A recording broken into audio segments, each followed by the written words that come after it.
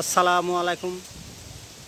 সবাই কেমন আছেন? দেখেন হঠাৎ করে কি ঝড় শুরু হয়ে গেছে।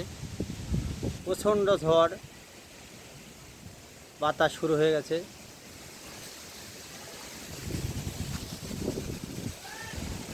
দেখেন সে তুখোড় বেগে ঝড় শুরু হয়ে গেছে।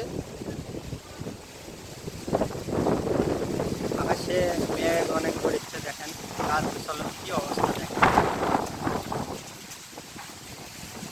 কি ঝড় হচ্ছে। দেখেন